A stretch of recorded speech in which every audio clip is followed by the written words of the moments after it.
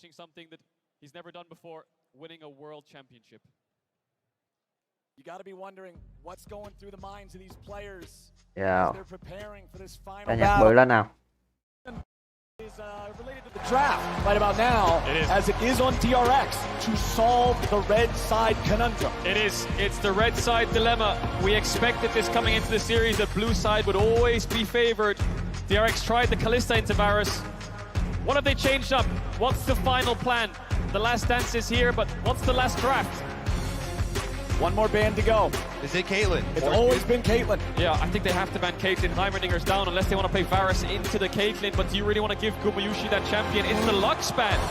So they've given Caitlyn, but they've taken away the Lux. You can pair it with Morgana, you can pair it with a bunch of other poke long-range supports to have a Đấy, Vũ similar anh thấy không? effect. Cắm này mình gờ anh thấy không? Caitlyn is 9-1 all time. Career record. Bên kia cắm mất Lucian của Gumayushi rồi. First picket, I think this is a surprise to them as well, the Lux ban. You gotta throw out a surprise to crack this red Gumayushi side. You have đánh to Zenith hay mà ta. meta. So they think the karma is the pushing factor. It's not Caitlyn or Varus. Yeah. So now does DRX take away the Caitlyn, but there's no real supports left that can contest this push. T1 have now picked away the supports for the push. Kama, trận cuối cùng là Kama. This is already spicy. The lack of Caitlyn Oh man, is already changing. không thể things nào. up. What Lại là will be Kama à? the first pick in the final game? The Azir, I would Nếu not be surprised tại tôi không muốn if nói it's điều so dở powerful nhưng mà in the series. anh That's em có locked nhớ in là for DRX. You know, I think taking a Varus trận is chung kết probably nào the đó better có idea. Kama Faker And then I think đã maybe we won't bị even gục see ngã không? Caitlyn. No, they are going to go for the Caitlyn. They must have a support response. Caitlyn. What has Beryl got up his sleeve? I cannot wait to find out. He can pair Caitlyn. with Zyra, Soraka, so much stuff. Let's see what he goes really deep for on the other side. I do think T1, like you're talking about, with the Varus, high priority there. And then do they want to take the Sylas before we go into the next two bans? Because DRX will protection ban. Ồ, biết Caitlyn trước để mà đối đầu với Varus. Could see Faker's rise for game 5. Bit tough in terms of range, but it's his Victor that he's going back to. Was incredibly pivotal in their almost winning game 2. Did so much damage, but it was Deft who shut him down. Deus lost too when he picked the Aatrox to Kingan's Camille. Really strong Camille from Kingan that time around, so they're not too scared of it either, and they're gonna let it drop through as well. There's the Varus. So what's DRX gonna pick? They're gonna pick away the Aatrox and then ban away two top laners. It worked last game. The Kingan's Aatrox was absurd, so Beryl's definitely got something up his sleeve, and he's keeping T1 guessing. Something is planned. Remember, Beryl is the only player outside of the T1/SKT banner to ever make World Finals back to back to back. The man's creative, the man is effective, the man's impressive, and I can't wait to see that pick. Morgana, Zyra, Soraka. What will it be? T1 even trying to decide what does Beryl have? Can we snipe it? They don't even want to try and snipe him. And they go with the Sejuani instead. Sejuani ban coming out. Maybe they're going to ban something like Viego or Cấm Graves Sejuani, as well. cấm zone. I think Pyosik looks really comfortable in the Maokai, and against these immobile carries, it could work again. There's the Lee Sin Cấm Lee targeting Sin. out owner. We are in for a treat in this Giờ cấm last gì? pick ban phase. What has Beryl got for us? What has Zeus got for us in the top side into this Aatrox? Does he really want to run back the Fiora? Owner's Còn going cuối to cùng là have cấm gì? to dig deep for a jungler. Kindred is up. If Pyosik wants to play a game 5 and he wants comfort, he can go towards Kindred. But against champions like Varus and Victor with so much poke, it is very tough to pull off. It'll be banned away anyway. The final ban of the draft for T1 is that pocket pick, that comfort for Pyosik. We need to see jungler and we need to see support from DRX. I would expect the support to be the final pick of the draft for maximum surprise factor. Def smiling. Is it Bard? Bard! Is he gonna go for the Bard in game? Đúng rồi em ơi! Yes! I love this guy's confidence. Beryl doesn't give a crap. He's got Tỷ lệ bích 1%. Baby, if you can push and open up windows here for him to roam around, visit mid lane, visit top lane, Beryl can be everywhere. Top Beryl lane can em be ơi, in your bit top dreams. lane. Beryl could be right behind He you. could be in your nightmares as well, because when he lands that Bard ultimate, the Caitlyn trap follow-up is gonna be insane. Rừng trước à. There's the Viego from Owner. Now Zeus, can you surprise us? Is it gonna be a Fiora, a Camille, or does he have something else in store into this Aatrox? Nar was one of his biggest comforts. Gwen, GP could be another one. Ai We vậy? saw the Fiora Ai mới kêu fall Bích Camille? short Just last game. Nghĩ Is sao he Bích Camille willing to chạy? run that back? What will he take into this matchup? Zeus has been such a powerful player, such a standout factor, such a game winner Oh! out this year. You win! Into the Aatrox. Pulling the Gwen back out here. We'll see about the jungle pathing as well, if they can get up there. Those plus the support timings heavily influence that scaling. Gwen, if you can get to multiple items, hợp you're lý. a monster. But here's Hợp the lý nè. problem. T1 are very Gwen low có on khả năng tạo đột engage. biến được nè anh em. They don't have a whole Băng qua lot of tường đồ ways các to thứ được, start được. the fight outside the chance of corruption. Hecarim for Pioshik. Both these teams have thrown everything out of the Wow. window. They've come up with different strategies. A little bit of comfort as well. Pocket picks a piece. It's the last game Thiên of mệnh the khả year. biến cùng It's the Hecarim. last game of these players this year. And they're gonna put all mọi người the bỏ cards quên mất con on the Hecarim table. rồi. DRX have drafted Caitlyn, Bard, Hecarim into these immobile carries, and Zeus has gone for Gwen to get advantage over Kingen in the side lane. Mọi người như là bỏ quên mất con Hecarim rồi. This is it. T1! This is your game T1! five. This is T1 versus DRX. The Hecarim and the Bard of DRX going up against the Gwen and Faker's Victor yet again.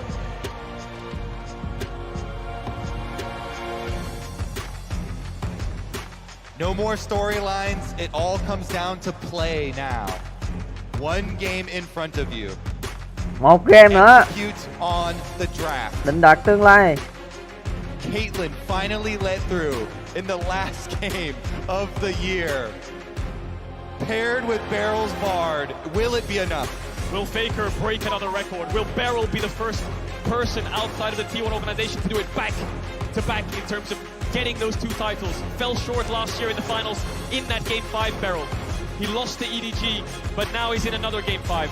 Faker is also no stranger to these Game 5 scenarios. It's the experience from the players of Faker and Beryl, and 4 players on the side that could hoist their first title. It's not just a test of mechanics, it's a test of your mind, it's a test of your endurance. Let's go! Mental, emotional, Trận này physical, không thể mà rời mắt được rồi. everything is now on one final game of League of Legends. Faker versus Zeka, the greatest to ever do it, and one of the most impressive world performances we've ever seen from an individual, head to head, one more time. And Zeka has been a monster. Zeka has been punishing Faker over and over this series. Level 1s seem a bit stock standard right now. Keria very deep in the enemy jungle. I think DRX know that he's around there. Beryl's gonna base and swap over to Sweeper. We'll see if Keria can find a little bit of support gold here. T1 want to invade. It's a Hecarim. Hecarim is so weak level 1. It looks like they want to take away that buff. Piosik knows it. Needs to be very careful though. He could Trận face check cuối anh em ơi. all of T1. If he moves towards this bot side jungle, he's around mid right now. Thinks twice Chờ about Hecarim it. bước vô à? Is Phải he không? gonna Phải không? Oh, this is so concerning. Piosik? Chờ Hecarim bước vô đúng không? Rồi thấy rồi. The patience pays off. He waits, he goes for the safe route just over the wolves. T1 immediately on spawn. Yeah, Keria can push him off these though. So Piosik's Hay gonna quá. lose his bot side jungle. Try to keep the Q stacks and move towards Ok. Raptors. Clear up. What can DRX do with this? Câu Kobayushi, kéo they're thì gonna try thời and zone gian. him away from the lane. Try to deny him some Nhưng mà creeps. bù And lại he's là gonna AD lose sẽ out bị though thọt because kinh Owner nghiệm. got level 2 off blue buff, so now you're pushing the lane away. Jungle Ờ, coming vẫn không bị down thọt. to help out Guma Chị and lính Keria được, get right chị back to lính lại life. được. Yeah, Guma will pick up all the creeps, gets the experience, might lose a couple in terms of gold, so DRX get the wave in, and they're facing a split map scenario, but I think Owner will go through mid to top side and try to control these 3 quadrants. I think it's really smart getting the early level 1 invade on this Hecarim. Very vulnerable AD sẽ bị champion thọt lính. to getting invaded upon. See if Piosik can salvage some of this. Zeka, mid lane pressure, definitely has a big part, and if he can get something back. It's just the blue buff that was stolen away cũng though. tạo lại được cái thế lính cũng ngon. Viego going back into the jungle, so not going to be too heavily hit. Nhưng mà chắc chắn là ăn rừng sẽ không nhanh bằng con Hecarim mà. Hecarim nó sẽ ăn rừng nhanh hơn nhiều anh em ạ. That means T1 really wants to be able to have push, wants to be able to have control in this bottom lane early with the Karma and the Varus together. You can see Zeka pushing in Faker here early on in the mid lane matchup as topside Zeus has lane control versus Kingen. In terms of the state of junglers, you can see it's still just Owner pathing through his jungle. He skipped Krugs, going towards that top part of the map. Pioshik's already done his recall. Yes, he has at that. Just clear off red quadrant. Very low health he was. You recall early for Hecarim. It's not that bad. You can still get your boots for the extra move speed, the extra damage conversion there, and go clean up his Gromp. And hợp lý. as we said, Tại vì skill của con Aatrox nó sẽ bị delay anh em hiểu không? Cái lúc mà ra skill thì nó cần thời gian thi triển kỹ năng nữa. Thế cho nên là con người quen nó sẽ đổi máu được qua đó. Cắt kéo còn Flash. Oh man, hay. Rồi 1-0. Đó là mấy em ơi. Owner testing Zeka there. Zeka failed the test. First blood over to T1, and that kill will get him a Caulfield's in base. Owner now going to cycle back through his camps. Pyosik struggling to find anything. All these lanes from DRX are getting pushed in. The Aatrox, the Azir, the Caitlyn are sitting on the tower. If Zeka reacts to this flash W, then it's just an even trade and he'll TP back, but he doesn't. He steps back into it. May là Azir quay ngược lại một nhịp. Like you said, Kobe, the rub salt in the Tất cả đều hoàn hảo nào.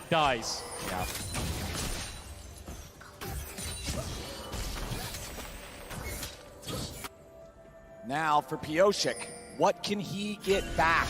It's Owner first to the play. Owner first to get his team going ahead.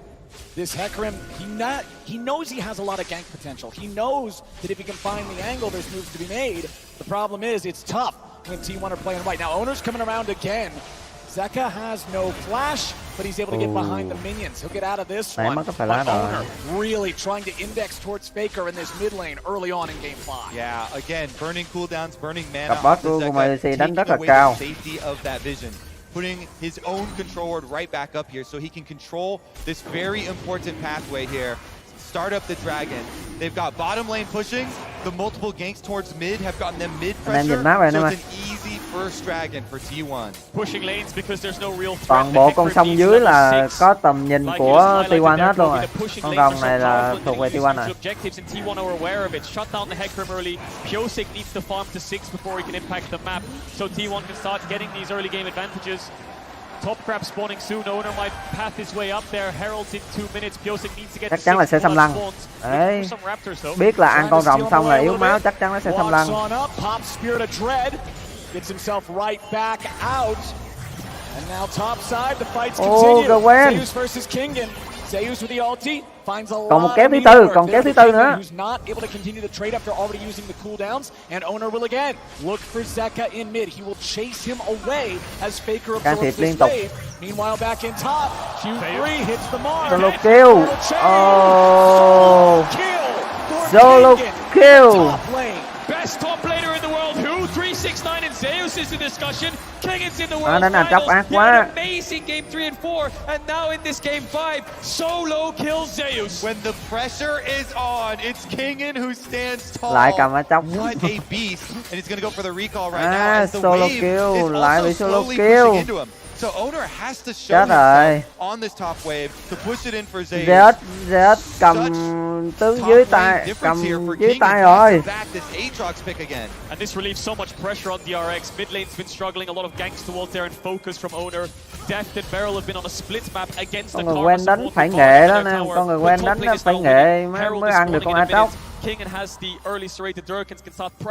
Tại vì á, con người quen nó chỉ có mỗi cái cắt kéo 4 đòn nó mới có đam thôi. Còn con Aatrox má 3 cái quy đều có đam hết anh em. Nên là trade đam á, đấy, cái này lì quá rồi. Này trade đam pha này lì quá rồi, thấy không? Hết đam rồi còn đâu nữa.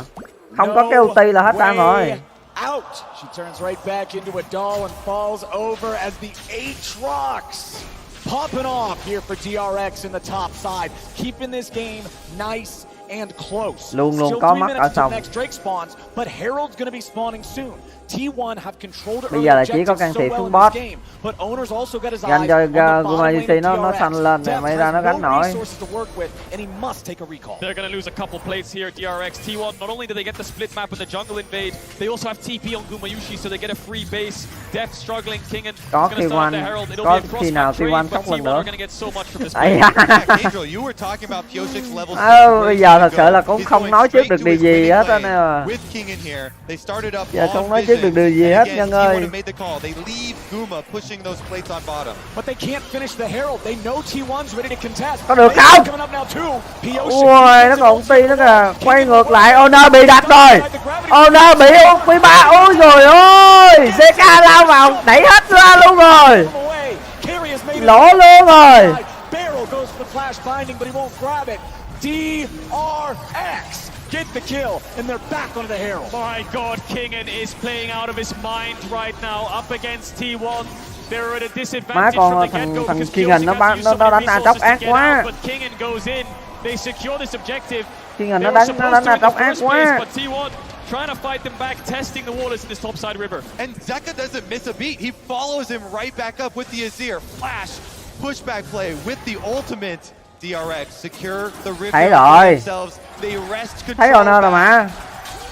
All bottom side though. Gumayushi with the level 6 versus level 5 advantage goes for the chains of corruption. Barrel getting away from Faker here as he retreats into the top side river.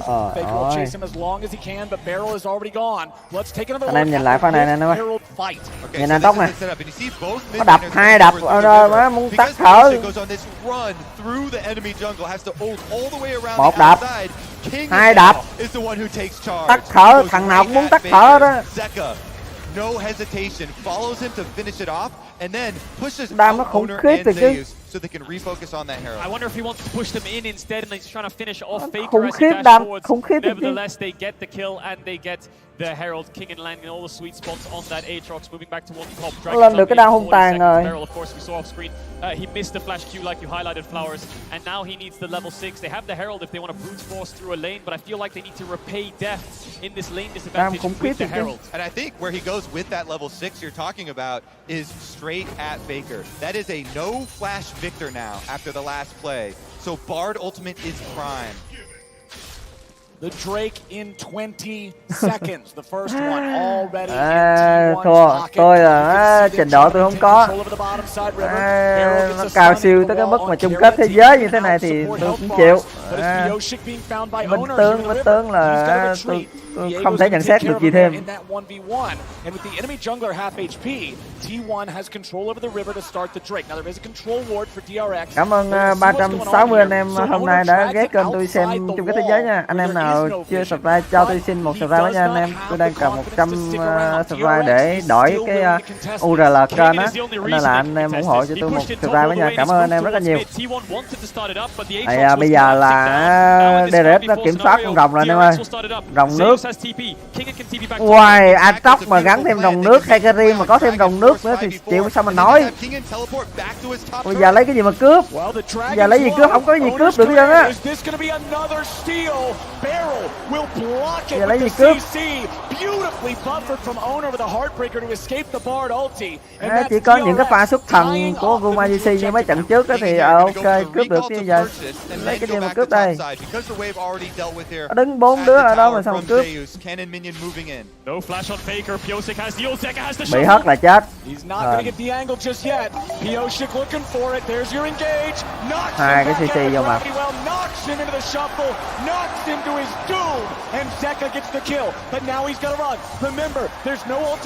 Đây, đó là được mạng rồi. Ô! Ông nói gì đi?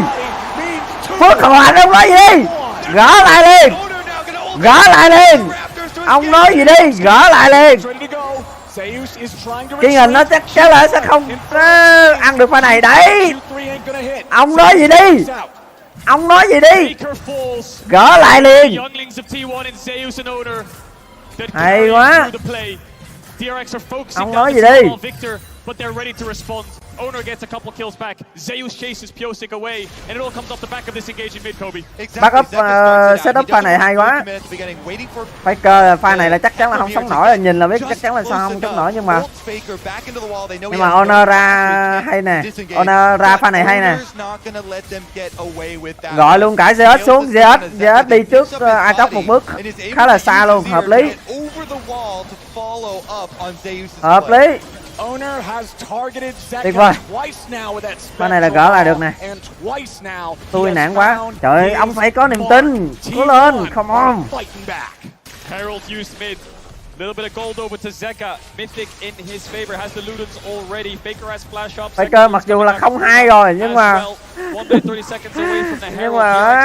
con Victor về sau nó cũng khá là khó chịu đấy. Đừng đua. Đép thì vẫn cắm đầu farm nãy giờ, tại vì là không thể nào mà bỏ cái lên boss được anh em hiểu không? Con 3 thì đương nhiên nó phải đảo, chắc chắn là nó phải đảo rồi. Nó vừa lụm chuông, nó vừa hỗ trợ team nữa. Nó cho nên là Đép là chỉ có biết là cắm mặt mà farm thôi. Rồi, Zeus lại nằm xuống nữa rồi. Đấy. Lết. Không được à. Nhìn thấy hai cái điểm lao lên là thấy nằm rồi. Ăn cắp được cái chiêu hồn của Zip nên mới ăn được vào đó. Thì người ta thấy người ta có cái ulti, người ta mới đuổi cùng giết tận mà. Có cái sở.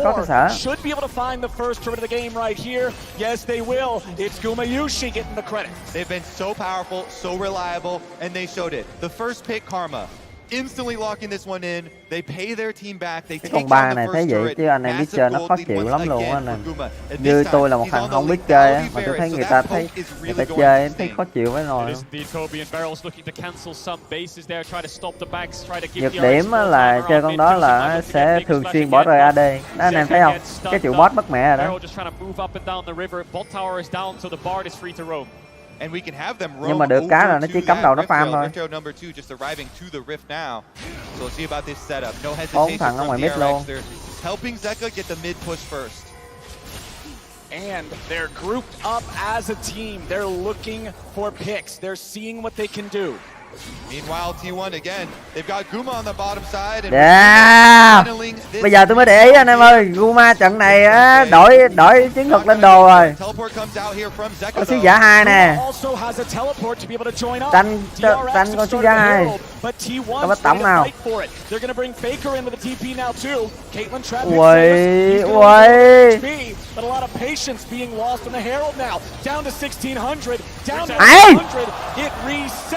And now what about the fight? Pyosik at half HP.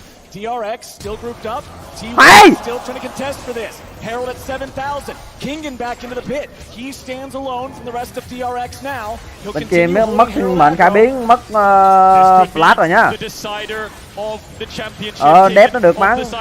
Ấy, đỡ con sứ giả, nice. Thôi không tham, pha này không tham. Đẩy nó về từ từ. Trời ơi, bị cô lập rồi kìa. Thằng kia hình nó đánh điếm lắm, nó đứng lại nó bắt đó. Pha này đẩy tụi nó về xong rồi lấy trụ nè. Đẩy nó về thả sứ giả tạo áp lực ở đường mid xong rồi ăn rộng. Như vậy hợp lý mà đúng không anh em? Ồ, bỏ luôn cái lòng đất à. Ồ, đổi trụ, lấy trụ. Faker, he's trying to back up the top jungle of T1. Trying to look for that second tower will be a huge gold injection into Zeus if they can get it. King needs to be very careful here. Faker is still around. Khá là đông người, không thấy rồi. Chắc chắn là trong cái bụi đó không thấy nè. Đẩy. Ảo. King here, but Zeus losing a lot of HP. Still has the big shot of needlework. Throws it out now. Kingan's gonna keep chasing him off. Ace in the hole, only hits owner, no big deal. T1 will get the one turret there in the top side, but a defense on the tier 2 from DRX. Small gold lead for T1, but DRX have that second dragon. Mountain Soul. Tôi thở không kịp. Tôi thở không đều nhịp với mấy đứa này luôn á nè. Zeka's Cái gonna thở pick không up điều nhịp the luôn á. blue buff. All tower is still up for T1 though. DRX yet to crack one open. T1 have found two. Guma has been so good with this Varus, with these snipes. I want to see what he can accomplish this game because Đấy anh em hiểu cái lý do vì sao mà trước mấy trận chung kết á, trước trận chung kết á, toàn là cấm A tốc không anh em. Hở A tốc ra cái là nó bứt thôi. Move speed on Hecarim has been very live. DRX's comp is very good at punishing no flash. Tao coi mày tao muốn lên tầng sau. Here it is. Hay. Của mình xin ra đi à. Flash. Holy fuck, pha đó mà em chết là mất luôn cái trụ mid đó. Tiger này bị úp sọt rồi. Honor tới kịp không? Bắt được. Honor chụp thằng JK lại. Hay. Ê đâu. Mất flash rồi. Chắc chắn là lao vô được. Wow. Sao nó còn tí đẩy rồi. Ngon rồi, ngon rồi, ngon rồi. He comes in for the counter on the Viego. He defends again. Faker not going to be able to push off the back of that. They've got the extra person advantage with Gioblue still sitting on a 12-second death timer. T1 pushing all three lanes. It's the battle of the mid jungles. T1 coming out ahead. 100% kill participation. T1! T1! Since the start of the game, Owner's been Come on, come on! Faker ahead. Mấy em trai à, làm được. Đúng rồi, né skill cái thứ, đặt E, đặt double cái thứ, đúng rồi, Owner tới kịp. Úp cái đầu liền. Pha này mà giết được JK nữa mới là đẹp anh em à. Pha này mà giết được JK nữa mới là đẹp. My goodness. Chắc là hết nốt hôm nay tôi bị khang cổ luôn á anh em. Có sức ép rồi, có sức ép rồi. Bây giờ là tôi thấy là bắt đầu là T1 là có gọi là sự áp đảo rồi. Đánh có sự tự tin rồi anh em ơi. Bên trái em ơi, để ý thằng Hecarim bên trái. Nó ulti vô 4 thằng là chết queo. Oh man. Bỏ thằng Honor đi, chạy về, đúng vậy. ZS ok kìa. Faker. Dắt nhau mà chạy đi, dắt nhau mà chạy. Thằng KDA bỏ về đi. Liên tiếc làm cái gì? Liên tiếc làm cái gì? Trời ơi.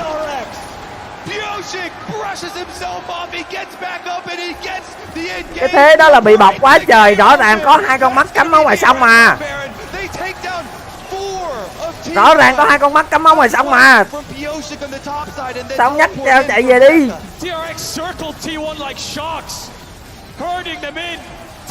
Cũng mày không đủ má cái to quá. Trời. Wow.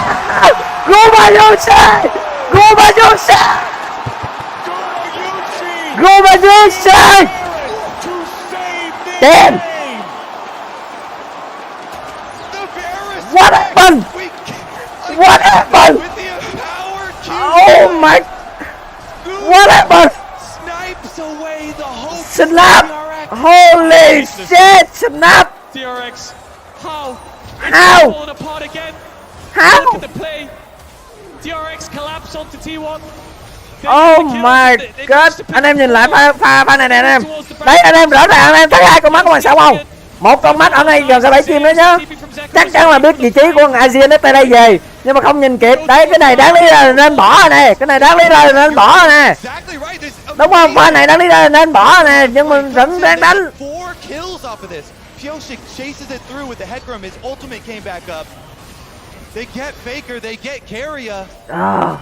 Nhưng mà không sao, có cái emergency rồi.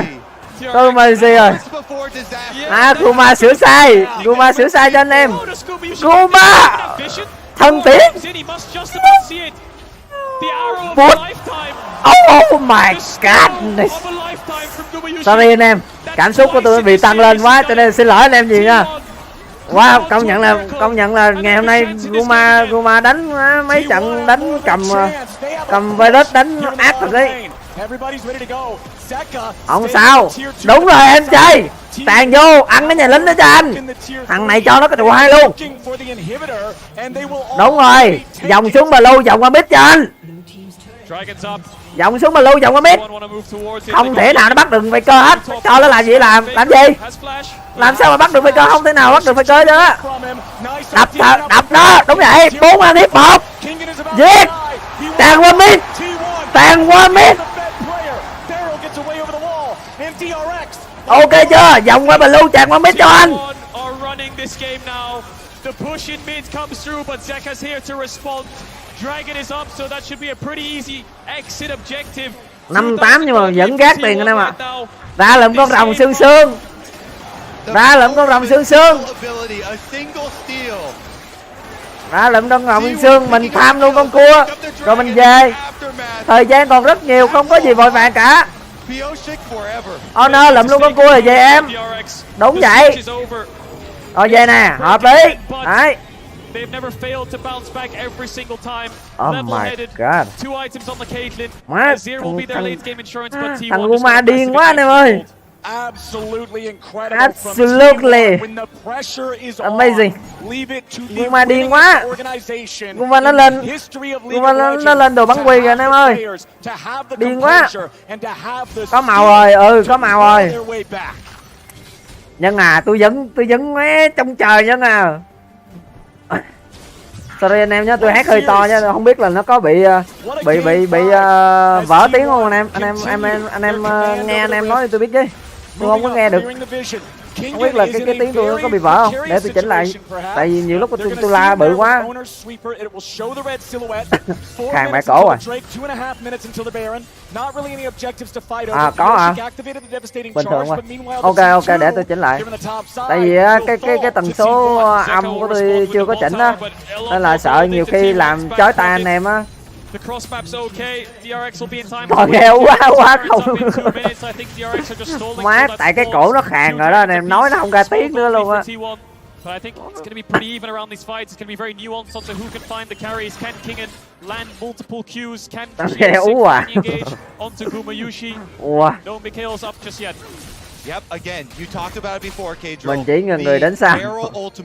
Đây anh em thấy không? Anh em thấy không? Thằng Guma nó mới 0-1-0 thôi. Ê, come on, em trai. Em còn cái đúp nữa em trai à. Đây, dập. Ô, cái kia luôn á. Câu giờ. Đúng rồi, nó câu giờ để tìm ra. Guma tới nơi rồi.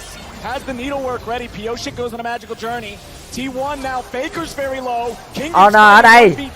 Thôi lui được rồi. Thôi giao lưu thôi. Đi ra mình xong gặp nhau cả xíu chào hỏi tí thôi mà. Làm gì căng. Lui được rồi. Ai về nhà nấy đi. Spam thêm xíu nữa quýnh tiếp. Wow. Anh em nhìn tiền kìa anh em ơi. Wow. Một màu xanh không đó anh em. Cố lên. Đừng để bên kia nó lật. Thế trận nãy giờ vẫn thuộc về T1 anh em ạ. DRX have bounced back from worse situations in game though. Again, refocus on the task at hand. This is the last game of the year. Đúng rồi, thằng đó phải kiểu như bắt được nó sau đó đẹp á thì chơi tiếp. Tại vì nó hồi máu với lại nó trâu quá, khả năng càng lướt của nó khá là cao á.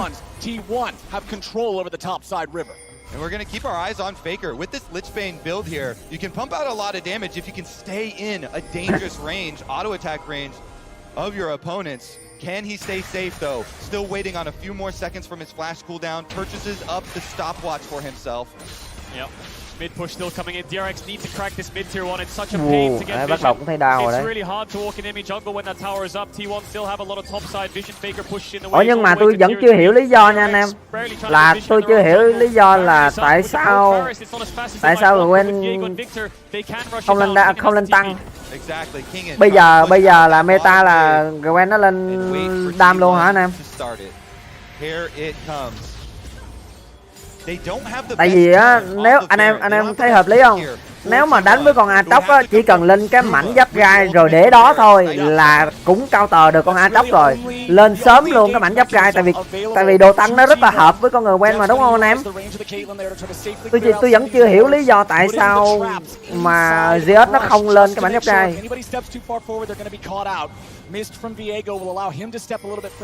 Nếu nó lên tăng thì không cao tờ được. Không á. Hay. Nice. Ok, tạo được tiền đề ăn Baron. Lụm thôi em.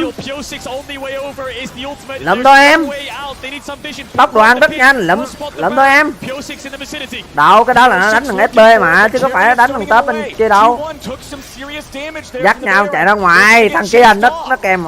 Wow. Ô nè, nó mất nhiều máu quá.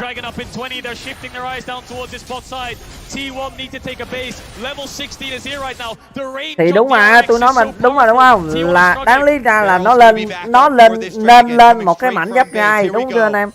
Nó lên một cái mảnh giáp gai, mặc dù là tôi gà nhưng mà tôi vẫn biết là cái mảnh giáp gai nó có cái giảm hồi máu mà, đúng không anh em?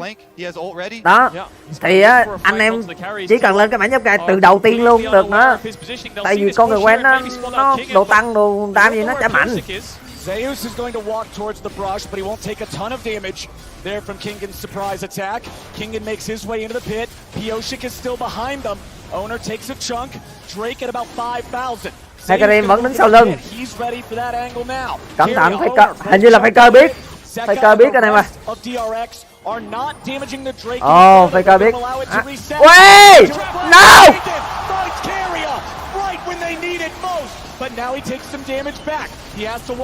Sao lại để nó bắt cái kia? Faker nó để ý, nó biết là có ấy sau lưng. Ôi, Guma bị chụp rồi. Hay! Bắt được Aatrox ơi! Chạy vô! Aatrox chết là chắc chắn là sẽ thua! Hecarim! Đẹp, nice.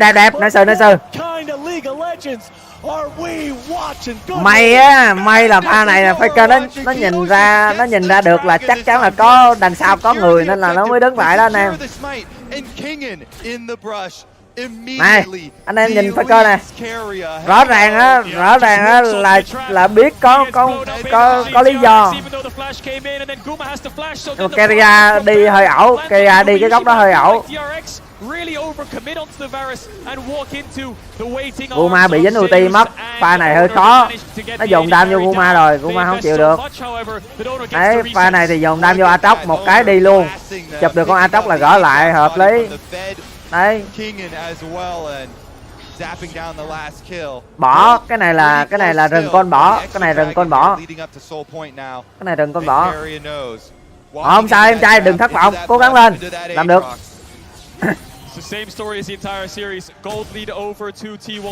Wow, cảm ơn gần 400 anh em hôm nay đã ghé thăm stream của tôi để xem chung kết thế giới nha. Anh em chưa subscribe cho tôi xin một subscribe với nha anh em. Cảm ơn anh em rất là nhiều.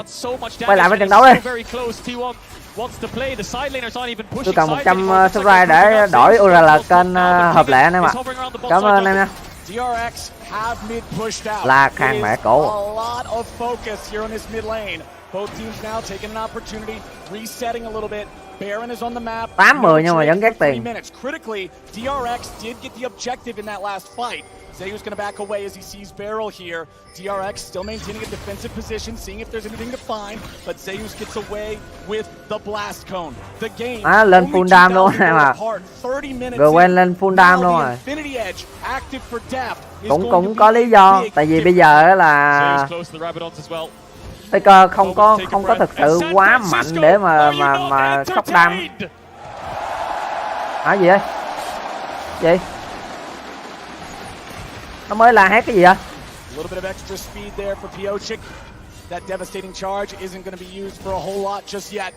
Zeka with the Ludens with the Shadow Flame, Banshee's Veil now completed. T1 still defending the mid lane tier 1 turret. Is bây giờ tôi đoán là món đồ cuối của thằng Zeus nó sẽ lên cái giáp gai chắc chắn luôn này. Tại vì cái điều cơ bản đó là đối với một game thủ chuyên nghiệp tầm cỡ như nó là chắc chắn nó vẫn nhận ra. Nhưng mà tại vì cái thời điểm hiện tại là cần đam, thời điểm hiện tại là cần đam cho nên là nó mới phải lên như thế. Tại vì lúc nãy là Faker phế Hải má nấy skill à. Rồi lại solo kill nữa, come on baby. Rồi không được rồi, má hàng boss lên rồi.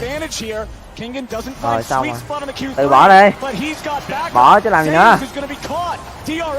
Wow, đam nhiều đấy, đâm ở bên gần chết 5 thằng rồi.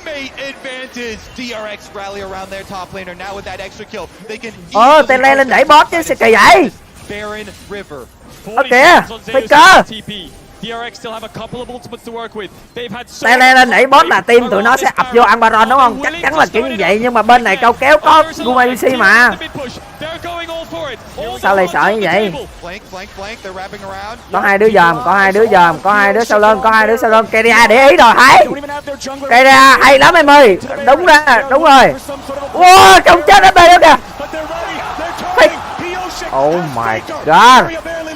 He's trying to run away, but Zeka and Pioshik are still chasing him down. A bullet to the head, and Death pulled the trigger. Nhà lính hồi rồi. Get the flank off. Keria fights it, and T1 tried to attack it, but it still works. Pioshik finds Faker. And Faker doesn't have TP. DRX don't even go towards the Baron. Căng dữ vậy. Dragon Soul's up in 35 seconds. They know they have a few seconds of a time window to cái force trán down tôi the nóng hết Dragon. luôn anh em. What's the call here from DRX? They're avoiding the Baron. We're gonna look at this fight again. Zeka is the hero. Keria here, look at this. He finds the flank, and T1 all come to try and attack it. Ui. Thấy không anh em? Faker thiếu đam quá. You mentioned the Azir sweep. He hits Faker with it, dies before the body hits the ground. We need to go back to live. The ult comes out onto Keria. Looks like DRX have base. They're around this dragon, but T1 are going to threaten a Baron rush, so DRX will get the soul. Đổi à? Josik's here. Tính đổi à? Không kịp rồi. T1 ăn không kịp rồi. Gọi người ra chậm quá. Bắt người lẻ, hay đúng rồi, bắt người lẻ đây. Bắt thằng kia anh lại. Bắt thằng kia anh lại. Bắt thằng kia anh lại. Rồi over, ăn con Baron. Ăn con Baron. Pha này là phải ăn con Baron. Thằng kia nó chết rồi là bây giờ chỉ có mình hay Karim nó lao vô nổi thôi chứ bây giờ làm sao mà tranh chấp được. Thấy chưa anh em? Anh thấy không? Thiếu thằng kia hành là thiếu thằng kia hành là bên kia rén liền. Không có thằng kia hành càng là nó không có dám vô liền. Đúng rồi, bắt buộc là nó phải đánh rồi. And now what can T1 get done with this Baron? The soul will last forever. The Baron's only going to be up for a couple minutes. Trận đấu trôi về những phút cuối rồi anh em ạ. 35 phút rồi. Anh em để ý đồ nha. Thằng Hecarim nó lên cái giáp da tóc quá cuồng cùng với cái giáp ấy nữa, má nó chạy như là thằng điên luôn. Nên là nó nhắm lao vào ai là chắc chắn là cỡ gì cỡ nào cũng trúng à. Quan trọng là nó set up như thế nào thôi. Bây giờ là phải bảo kê được. Bây giờ là Keria phải bảo kê được. Má Gioblue nó bắn. It's not been a fantastic game for him behind early on. But now that he's fed, now that it's late game, things are going to be a little scary. Faker at half HP, Ace in the hole, doing a good job. Đúng rồi, binh xuống boss. Lính ở nhà boss, lính ở boss, binh xuống boss. Binh xuống boss liền. Có mấy nhà lính trong. Binh xuống boss. Thấy chưa anh em? Tụi nó lui về, nó ép liền chứ đâu. Sao mà nó để tràn cho được? Cho nên là mình phải đẩy vô, xong rồi mình gom tài nguyên của nó. Kéo giãn đồ nó ra. Baron buff wasting away. Yeah, and Deft's getting closer and closer towards that Bloodthirster. Caitlyn can become so powerful. T1 don't actually have a reliable auto-attack champion other than the Viego and the Gwen. Their AD carry is a poke champion, whereas Deft will get closer to 6 items. Azir as well, such powerful late-game scalers that will melt through T1, so they want to push their advantage while they have this Baron buff. Only 1 minute left on it. And remember, the only real catch or engage on T1 is the Trời ơi, ulti cả team from T1 Gioblue. cái He was the hero cái giảm of hồi the máu ở era đâu? back at the Baron. But now, T1 are Qua, trying giảm to hồi use máu what's qua. left of this 45 seconds of Baron buff. Look at these wards behind T1. They need to be really careful if they overstep. King and can TP behind them. Zeus will be ready and waiting for Pioshik. Hợp lý, sao nó kêu vậy đâu? No! Gumayushi gets the kill, and T1 are 5v4. Guma nailed him with the Bây giờ là chains mất. of corruption. Ê, thằng Kiên Hành đứng sau lưng. Ê, Guma. And look at this, the brush play. Chưa ai biết thằng Kiên Hành đứng trong cái bụi. Baron buff falling off in 15 Dùng đam rồi. seconds. Bot lane inhibitors open. Bắt Zeus GS. might be caught here. King and Má, anh em thấy thằng Kiên Hành nó điếm chưa? They used it for the Đẩy bot. Đúng vậy. GS chạy cho anh. GS chạy. Ba thằng kia đẩy bot. Ba thằng kia đẩy bot. Đúng, đẩy bot. GS cứ câu giờ đẩy bot. You would think they should be able to find this one. Đây. No problem. There it is. Đẹp chưa? T1 take bot lane inhib for the second time this game. I can't imagine how much pressure all of these players are under in this game 5. T1 managed to crack that inhibitor line. Má, cái tình huống như vậy mà nhìn không ra nữa rồi má. Nghĩ fan T1 luôn á. Elder's up in 2 minutes 20, Baron's up in 2 minutes 40, roughly the same time on the spawns. So they're going to need to juggle both the objectives to make sure, most importantly, the Elder doesn't go over for free. So much riding on this next team fight. Thật sự mà nói nha, nếu mà còn ai chóc á, nó solo kill với con Gwen á là chỉ có khi nào mà hai đứa đứng quýnh nhau tới chết á thì may ra vẫn có một đứa gục thôi, chứ còn mà thật sự là hai đứa mà kiểu muốn bỏ chạy là khó đứa nào mà giết đứa nào lắm anh em. Hai con đó. Thằng nào cũng có nước đó mà. Xong rồi con người quen nó còn có cái vòng nữa. Just like it's been this whole series, it's gonna come down to execution. It's gonna come down who can really stand tall in these biggest of moments. Could be a very fitting ending to what has been such a beautiful story between these two teams. T1, the bounce back and the struggles from MSI, and DRX, the surprise to the world. Elder up in 1 minute 20 seconds, trying to contest a little bit of bot side vision here. T1 looking to see if they can find a pick. DRX don't have to deal with a Baron anymore, but they still have to deal with walking into the fog that is their own bottom side jungle. T1 will clear out any wards they come across. They still have a small gold lead, but at 39 minutes into the game, it's not that big of a deal. Bloodthirster for depth, a little bit of extra survivability, sustainability here in the fights. We've mentioned multiple times how little CC T1 have to work with. Tao tin Gumayushi nó sẽ lấy con VS làm skin virus. Đúng rồi. Trời, mấy pha như này cỡ nào không lấy virus làm skin chắc chắn 100% rồi. Nếu nó win là kiểu gì nó sẽ lấy con virus làm skin. Này, wow, phải cho lại né được ulti nữa kìa. Hồi nãy ở tụi biết một lần, bây giờ ở ngay chỗ này một lần đó. Mẹ ơi. Cơ ơi, nói skill đỉnh quá em ơi. Đấy, thằng kia nó lại bọc ra nữa rồi. Đấy, anh em thấy chưa? Thằng kia nó lại bọc kìa. Nhưng mà có con mắt rồi. Hay, quýnh pha này, phải quýnh pha này. Thằng kia đi quá xa team rồi. Thằng kia đi quá xa team rồi. T1 moved in. Kingen was not able to respond there with the flank. He'll steal the enemy red buff for the upcoming fight. T1 chunking out the health bars. Decide to go for the Elder. Ăn rồng ngàn tuổi. Canh mà chinh phạt.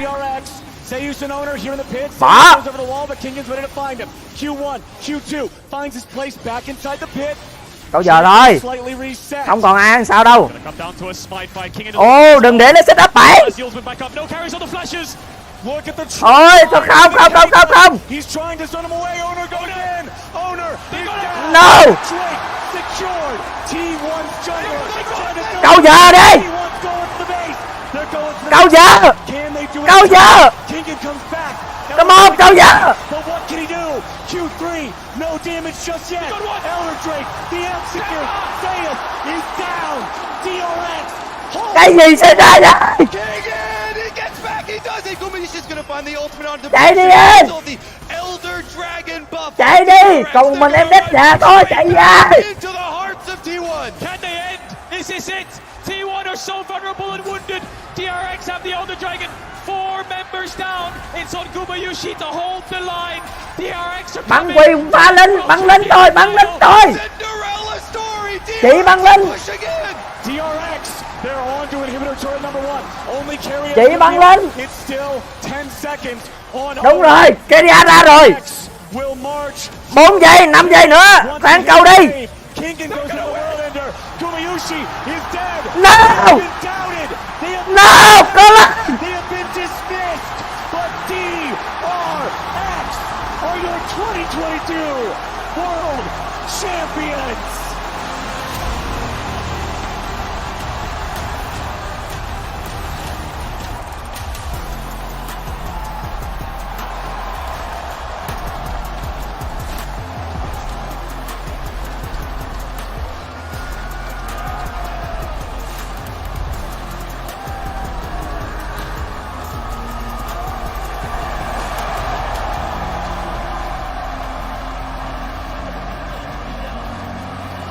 They holy complete fuck. the miracle run.